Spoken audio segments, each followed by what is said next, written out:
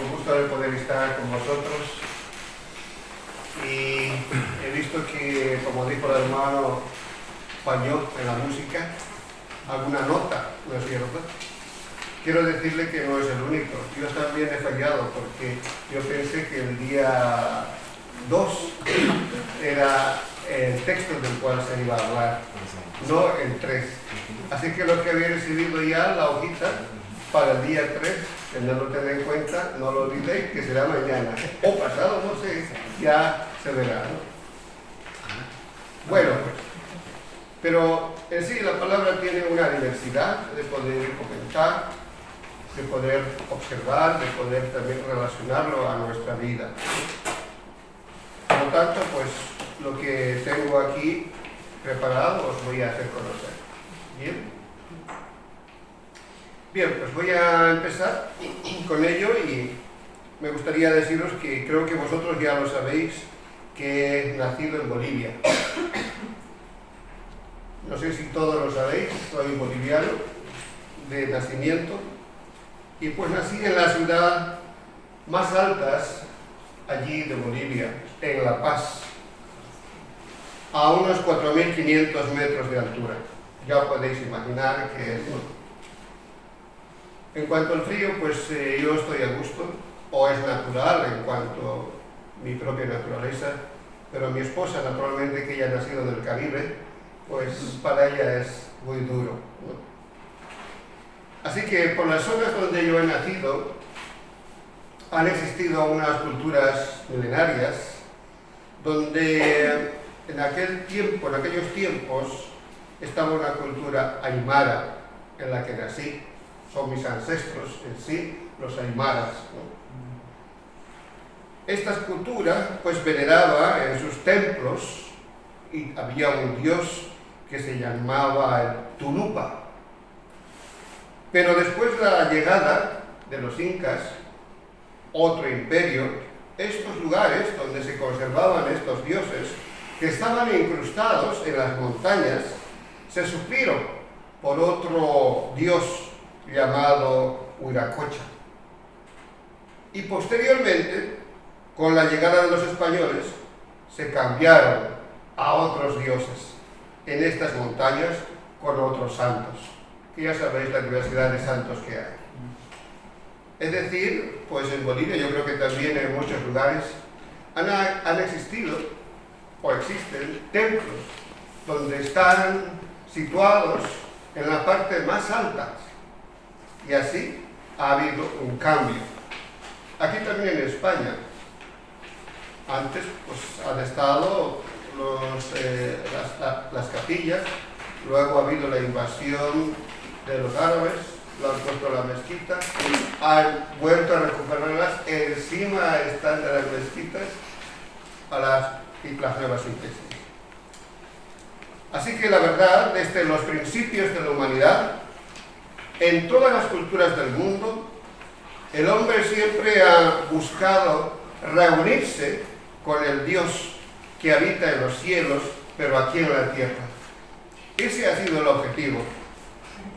Así nos cuenta la historia desde Génesis. Génesis, donde se origina la humanidad, allí por la parte mesopotámica con Egipto. Todo esto comienza. Toda esta historia comienza en esa región. Pero en medio de estas dos regiones hay un territorio cananeo, que son los descendientes de Cam. Esta generación era belicosa y ellos también tenían un dios también en un monte, en una montaña llamado Zafón, muy cerca de la ciudad de Ugarit. En esta montaña había un famoso dios de los cananeos bajo el nombre El. Y era considerado este dios como el padre de los dioses, como el padre de toda la humanidad, como el padre de toda la divinidad existente. En otras palabras, era el dios supremo de los cananeos. Seguidamente, también nos habla el Éxodo, aparece el Dios de Israel. pero también aparece el Dios de Israel en otra montaña, en la montaña de Sinaí. Eso lo podemos ver en Éxodo, en el capítulo 20.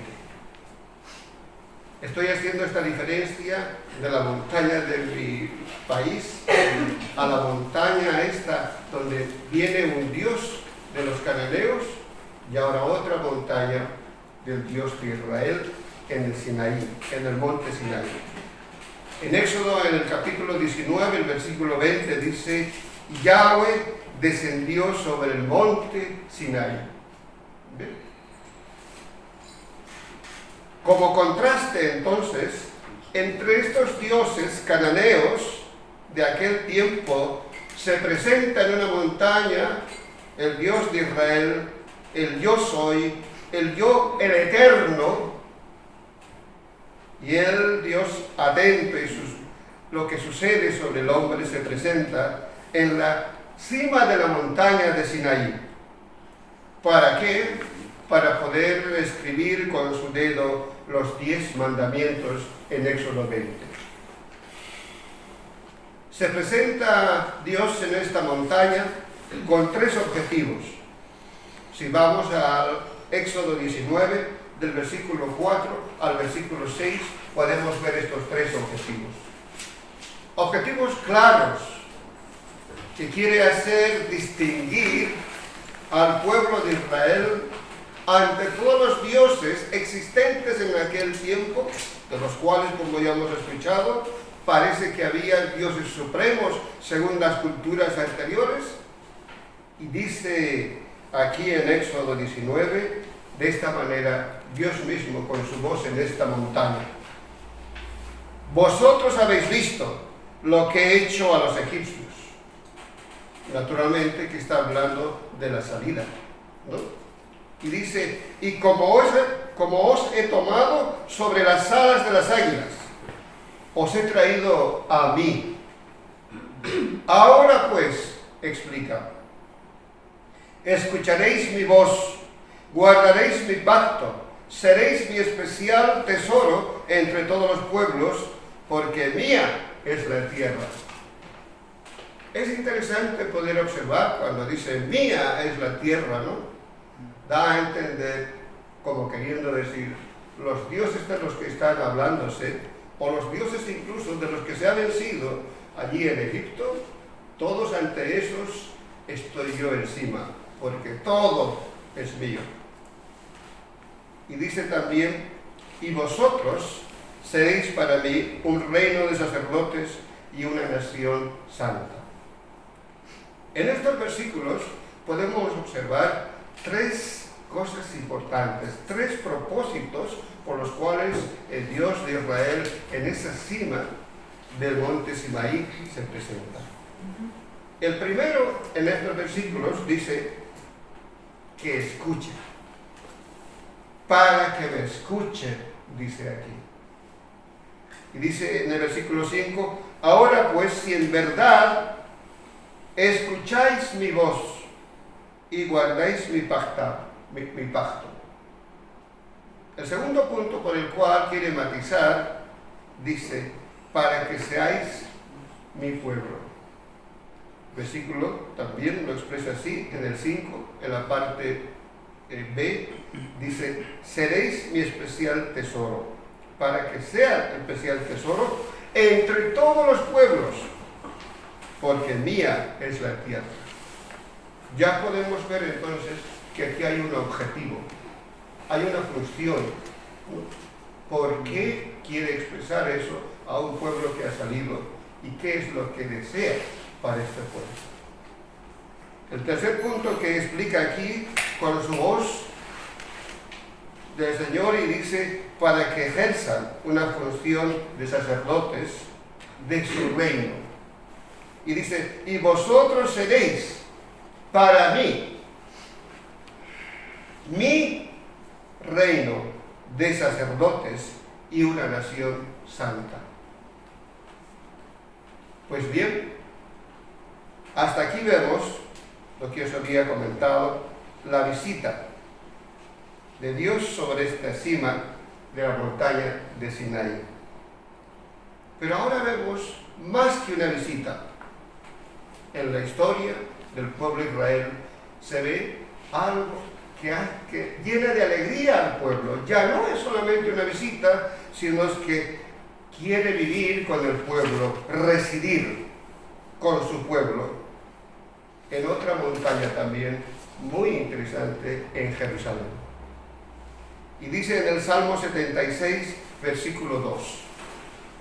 Salmo 76, versículo 2, nos habla de la montaña de la cual piensa vivir el Señor. Y dice en Salmo 76, 2, Dios es conocido en Judá, grande es su nombre en Israel, en Salem, que es una forma abreviada de Jerusalén. En Jerusalén está su tabernáculo, allí está su morada, el tabernáculo, ahí está el refugio de Dios, en Sión su morada. Da a entender entonces que allí ha decidido el Señor vivir, residir en Jerusalén. Esto era para el pueblo de Israel un motivo de alegría. ¿Cómo no nos vamos a alegrar si el Señor nos dijera, hermanos o hijos, voy a vivir en Colmenar? Hombre, eso sería, pero extraordinario, ¿no? Y qué privilegio aquí los de Colmenar, teniendo aquí al Señor, y va a vivir con nosotros, vamos a tenerlo cerca. Pues eso también expresaban esa alegría del pueblo, su pueblo, y nos dice en el Salmo 9.6. Si podéis ver el Salmo 9.6, nos explica esa alegría que expresaba su pueblo, y dice así: el propio pueblo decía, cantad alabanzas al Señor, que mora en Sión, proclamad entre los pueblos su proeza. Esta alegría era inmensa, porque Dios había decidido residir, vivir, habitar en la tierra, en aquella montaña, en aquel pueblo. Pero esa alegría no fue para siempre, lamentablemente, porque su pueblo, se ve y se lee en la historia, pecó. Entonces Dios se marchó de esa residencia, abandonó la ciudad de David, se fue de Jerusalén. Entonces su templo fue profanado. Lo explica en 2 Crónicas, capítulo 25, del versículo 8 al 10. Aquí entramos a una catástrofe. El Señor visitó, residió, después el pueblo pecó, entonces se fue la presencia de Dios. 2 Crónicas, capítulo 25, versículo 8 a 10, nos explica esto.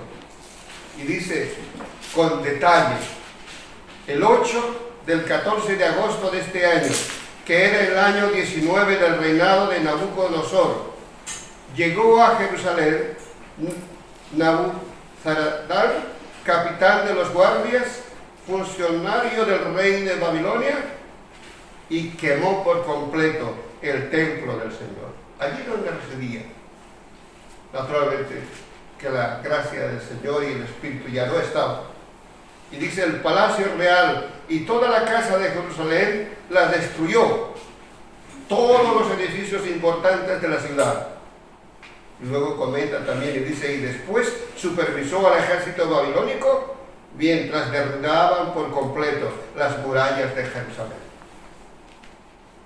Había entrado el enemigo, los enemigos, había devastado. Otros salmos también cuentan la alegría que había cuando residía Dios en Jerusalén. Otros salmos dicen, ¿no? Mirad, ved, id por los muros de Jerusalén, la alegría que hay, la protección que hay. Dios estaba, y también estaban los muros. ¿Quién contra nosotros? Decía, ¿no? Pero ahora estaba todo derribado. Pues hasta aquí vemos entonces aquella búsqueda de Dios desde las montañas del Éxodo hasta la residencia de Dios en el templo de Jerusalén, pero la captura de los enemigos, la destrucción total del santo templo. De modo que la esperanza de poderse encontrar con Dios en la tierra se desvaneció. ¿Dónde puede estar el Señor? ¿Dónde podemos estar con Él? Se buscó en las montañas, vino a visitarnos, pero ahora ya no está. Todo esto embargaba una tristeza. En la historia de Israel se puede ver aquel pueblo dividido, después cautivado, ¿no? Todo ello embarga entonces aquella nostalgia que había. ¿Cuándo estará Dios con nosotros? Y esta esperanza entonces la suplieron con un refugio a la palabra escrita de los profetas y el Torá. Es decir, si no podía estar ya con nosotros, ellos pensaron que estaba con la palabra de Dios, con su palabra escrita. Y así entonces nos explica Salmo 19, el versículo 7 al versículo 14. Esto nos relata, dando a conocer que habían encontrado a Dios en la palabra misma les hablaba, les acercaba al pueblo. Salmo 19, versículos 7 al 14, lo dice excepcionalmente de esta manera el sentimiento que tenía el pueblo. Y dice, Salmo 19, versículos 7 al 14, dice, la ley del Señor es perfecta. Restaura el alma. El testimonio del Señor es seguro. Estas palabras son como oro, porque era cierto. Y dice, hace sabio al sencillo. Los preceptos del Señor son rectos, que alegra el corazón. El mandamiento del Señor es puro, que alumbra los ojos. Cada palabra escrita de la historia misma de Dios les llenaba. Y esto entonces percibía en sus corazones. Versículo 9 dice, el temor del Señor es limpio, que permanece para siempre. Los juicios del Señor son verdaderos, todos ellos son justos. Y luego el versículo 10, en esa añoranza que tenía el pueblo, dice, deseable más que el oro, sí, más que mucho oro fino, más dulce que la miel que destila el pan. Sean gratas las palabras de mi boca y la meditación de mi corazón delante de ti, oh Señor, roca mía y salvador mío. Estas palabras que está hablando el salmista, vuelvo a repetir, era una forma de poderse refugiar en el Señor después que Dios ya no estaba en la tierra. Encontraron entonces en la palabra de Dios esa satisfacción. De esta manera entonces podemos ver la historia que pasa de algo comunitario a algo individual, ¿no? Porque está hablando algo personal el salmista, algo que le llena a la persona, de aquella añoranza de estar lejos, ahora están cerca, por la palabra. Pero aún en la historia también de la Biblia nos dice que el Señor va a estar cerca con su pueblo, porque llega el cumplimiento del Mesías. De la ley escrita al templo en su espíritu, ahora viene a través del Mesías a la palabra escrita y en carne a vivir con su pueblo. De esta manera entonces los devotos del Señor se convierten en una extensión del espacio sagrado en la tierra, que van anunciando lo que en Éxodo al principio ya lo había dicho el Señor. En Éxodo 19, ¿os acordáis cuando dice? Y vosotros seréis para mí un reino de sacerdotes y una nación santa. Esta era su palabra, era su promesa, era su compromiso con su pueblo. Y no falló. Eso se llega a cumplir con Jesús. Eso también nos recuerda el apóstol Pedro en el capítulo 2, 5, 6. Seguramente habéis leído el sacerdocio, ¿no? Mirad qué combinación, qué historia nos habla el Señor, ¿no? Lo que dice se cumple. Aunque el pueblo haya pecado, aunque la residencia de Dios luego ya no esté con el pueblo, pero su palabra es para siempre y es eterna. Y llega entonces algo extraordinario. Juan 1:14 lo dice de esta manera: el Verbo se hizo carne y Dios habitó entre nosotros. Qué interesante, ¿no? O mejor dicho, qué precioso. Aquella manera del espíritu, del natural del hombre, de poderse encontrar con Dios buscando en las montañas. Ahora el Dios que está en los cielos baja. Y dice, el Verbo se hizo carne y habitó entre nosotros, lleno de gracia y de verdad. Y vimos su gloria, gloria como el unigénito del Padre. Como el unigénito del Padre. El Padre mismo viene a visitar a la tierra. Es decir, el que ha sido y será. ¿Os acordáis que decía? Yo soy el que se mostró con Moisés. Ahora Él viene a través del Mesías a su reino para habitar. Él también dice que habitó y puso carpa, es decir, allí vivió Jesús en el tiempo que estuvo con nosotros y mostró su gloria haciendo los milagros a los discípulos. Es decir, el Padre respondió por su amor, por su fidelidad a su pueblo desde el Éxodo 19, por aquellos que añoraban la presencia de Dios, vino a vivir. Llegó con el Mesías. Colosenses capítulo 2, 9 nos explica también de esta manera.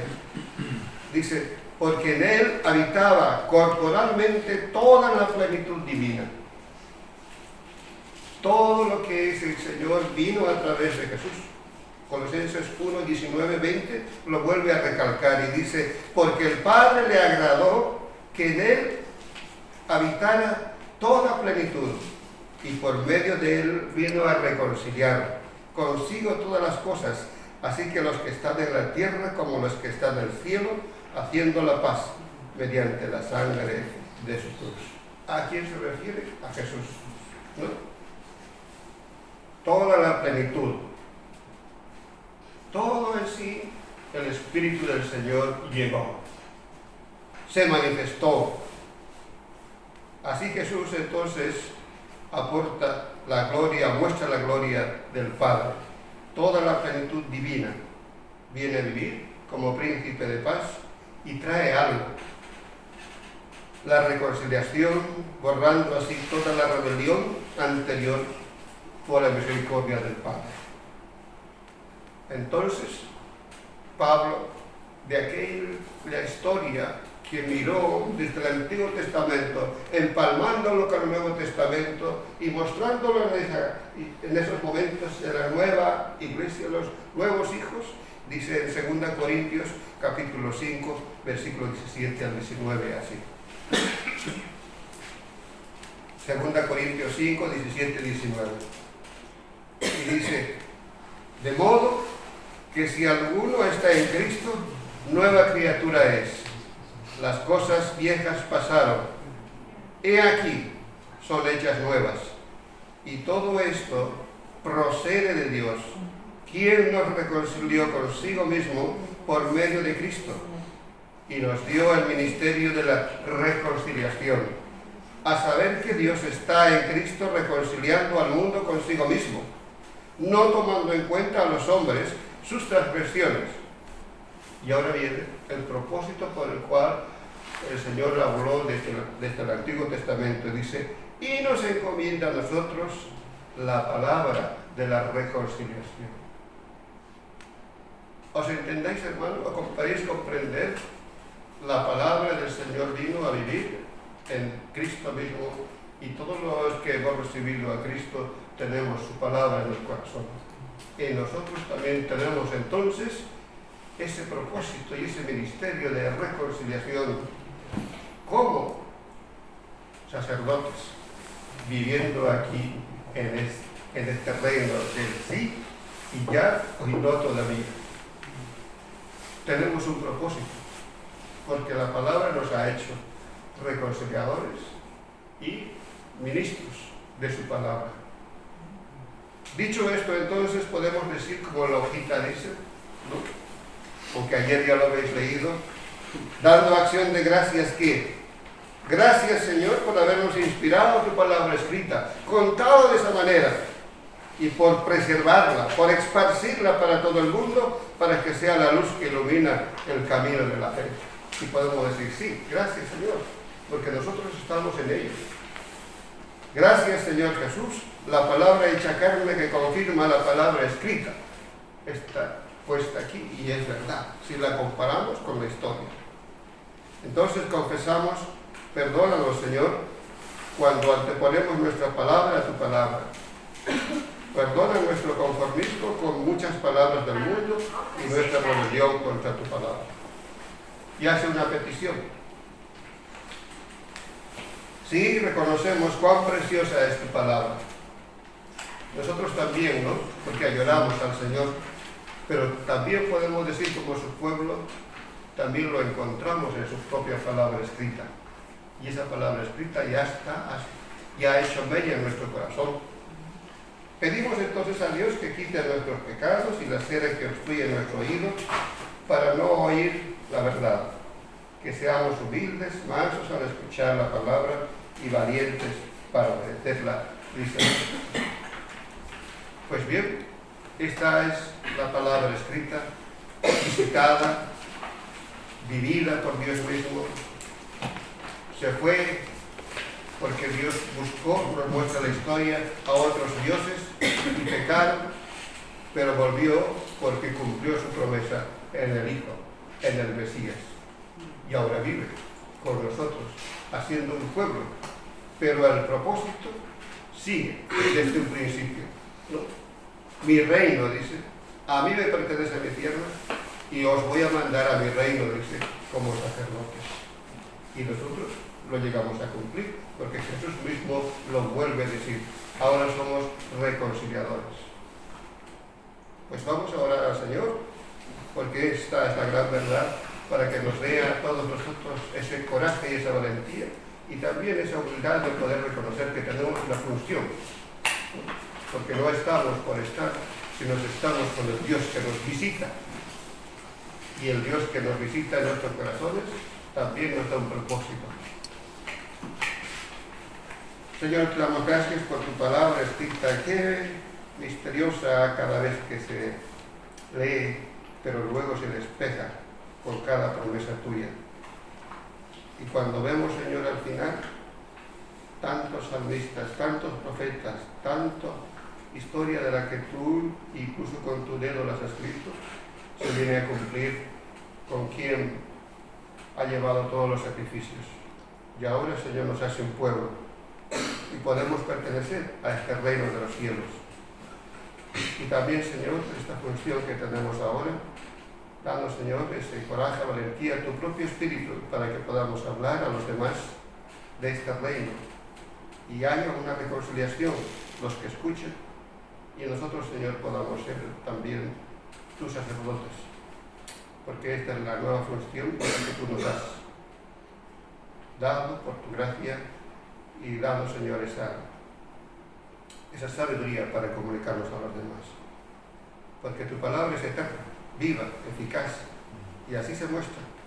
Y rogamos, Señor, que viva también en nosotros, en el nombre de Cristo, Señor. Amén. Amén.